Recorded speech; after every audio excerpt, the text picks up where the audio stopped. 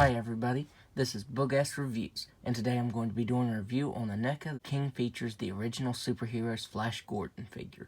So before we take a look at Flash Gordon, let's take a look at the accessories that he comes with. First up, he comes with a set of fisted hands. Up next, he comes with his accessory holding hands.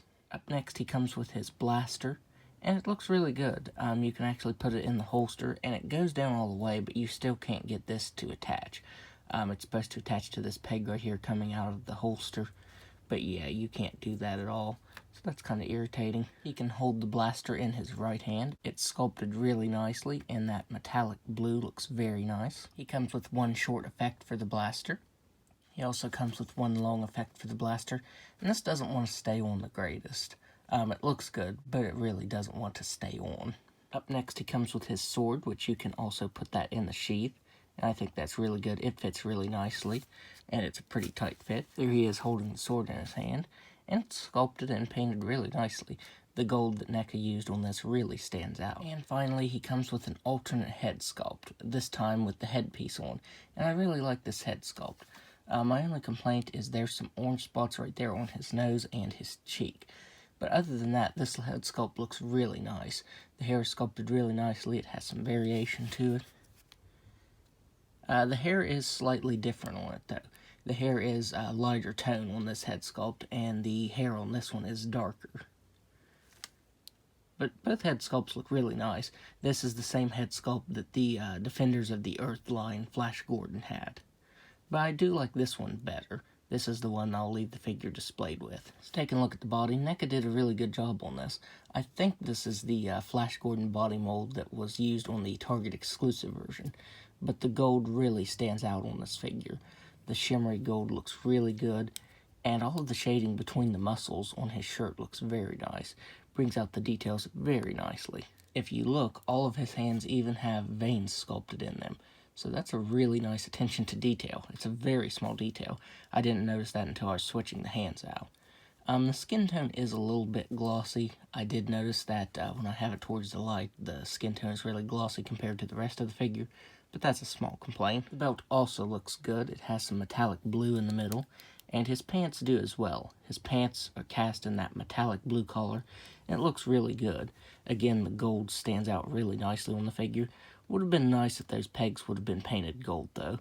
That would have been really cool to have that painted. But that's really just a small complaint. And then here you have his boots. And one thing that's really odd is his boots are cast in brown, but the peg right here is that metallic blue color, and that really does stand out. Even the pegs here for the toes are metallic blue. You'd think that Neca would have used a brown plastic to match the collar. So that's really odd that Neca chose to do that. I mean, it's a really small complaint, but yeah, it's really odd that they did that. So now let's go ahead and go over his articulation. He has a ball-jointed head that can look up all the way. He can look down just very slightly. He can move his head side to side, and you get some tilting. He has ball-jointed shoulders. They can only move out that far. The right side does move out a little more than the left. And one thing I forgot to mention is this is a darker collar, and they actually painted over top of it. I have got some chipping, though, from posing the figure around. He has swivel at the bicep. He has double-jointed elbow that can just about move in all the way.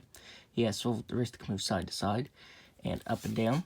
He has an ab crunch that can move back very slightly. He can crunch forward all the way, and he doesn't pop in half like the Phantom did. He has swivel at the waist that can move side to side. You can, I forgot to mention that his sheath is pegged into the belt there, and you can move it whenever you're posing the figure around. So he has ball-jointed hips that can do a complete split. He can kick forward all the way. He can kick back all the way. He has a swivel at the thigh, double-jointed knees that can bend in all the way, swivel at the boot that can move side to side, swivel at the ankle that can move down all the way, up all the way, and toe articulation. So now let's do some size comparisons.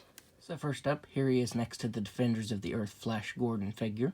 As you can see, these figures do share some of the same parts, but one thing I did like is that the hands on these actually are cast in flesh color, and the previous one was cast in red. As you can see, the paint rubbed off of the wrist joint right there, and you can see red underneath it. So I do appreciate Neca for fixing that issue. Here he is next to the Defenders of the Earth Ming the Merciless. And finally, here he is next to the Phantom that I just reviewed. So overall, I would highly recommend picking him up. He is a really awesome figure. I like this version better than the Defenders of the Earth. There are two different versions, but if I had to pick just one, I would definitely pick this version up. So that's my review. If you like this review, be sure to hit the like button and subscribe to my channel. Thanks for watching.